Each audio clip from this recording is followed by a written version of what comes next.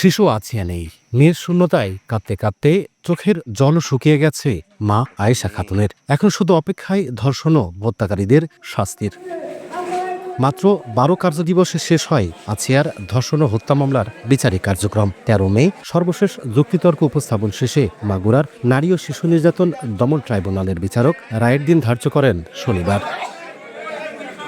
দ্রুত সময়ের মধ্যে রায় ঘোষণার তারিখ নির্ধারণ করায় স্বস্তি ফিরেছে স্বজনদের মধ্যে।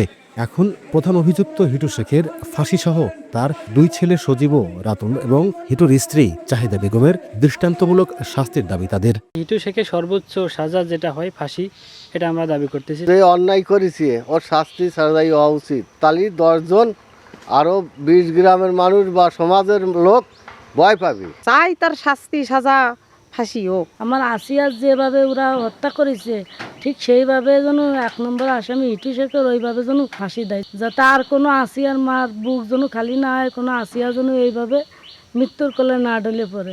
৬ মার্চ বোনের বাড়ি মাগুরার নিজধানদলী গ্রামে বেড়াতে গিয়ে ধর্ষণের শিকার হয় আছিয়া।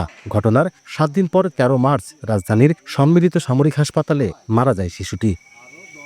লোটাস রহমান সোহাগ, সময় সংবাদ, মাগুরা।